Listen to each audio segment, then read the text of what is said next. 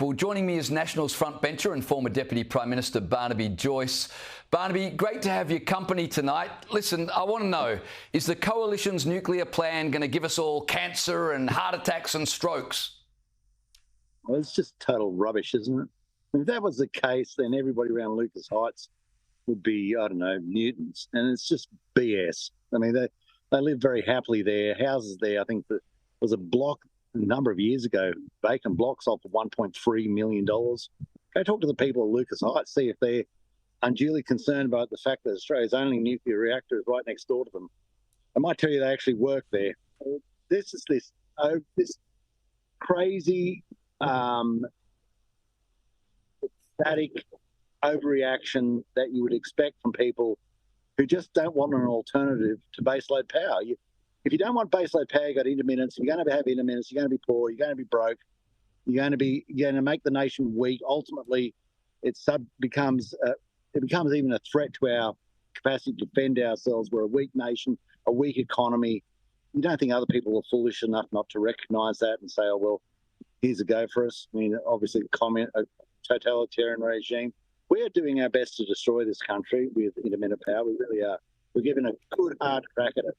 And you've got to get baseload, and you've got to get as much baseload as you possibly can get. We used to have the cheapest power, now we've got the dearest power. There's only one reason for that, folks: intermittent power, euphemistically called renewables. If she wants to have a spray about something, have a spray about how you call renewables, intermittents, renewables, and farms, and all this other BS, or this tripe that goes along with the stuff that's going to cover the world with, I suppose, those things, transmission lines. If she wants a couple, we'll put her them over her house. She can live with the intermittent power in her front yard, see how she feels about that. Then you can get her back on your show and see how she's crying all over you then. Well, Barnaby, when Labor post videos like the one we saw from Dr. Beavis, what does that say about the way they regard the Australian public? I mean, do they really think we're morons? They're treating us as such. Yes, they really think you're morons. Yep. Your first one, they really think you're morons.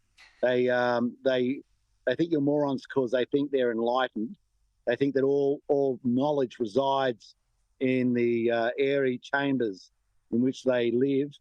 They believe that because they can go up to a wall and change a dial and the temperature changes, that they also can change the temperature. They're more worried about what happens inside their office than what happens with the cost of living for other people outside their window. They've lost sight of that. They're quite happy to throw you under an economic bus, quite happy to do that, to keep on the right side of the beautiful people. Might I say, one of the beautiful people is that lady, Mrs. Beavis. She absolutely encapsulates the beautiful set. You know, that she doesn't look like she's short of a quid. She looks like she's going along all right in life. Probably has a good job, pretty secure, nice house. You know, probably pretty good super. And for other people trying to pay for their groceries, well, stuff you. For other people trying to pay for their power, stuff you. For farmers trying to deal with the fact that your whole landscape is being changed, well, stuff you. Because that's how they work. That's how they work. And that's why you've got to stand up to them. Barnaby, I've got to say, you'll always be one of the beautiful people to me. I want to ask you about Labor rolling out thousands of kilometres of transmission lines to connect solar and wind farms to the grid. Chris Bowen today demanded to know which transmission line projects Dutton would scrap to make way for his nuclear plan. Now, the answer is pretty simple, isn't it? You scrap all of them because you don't need them.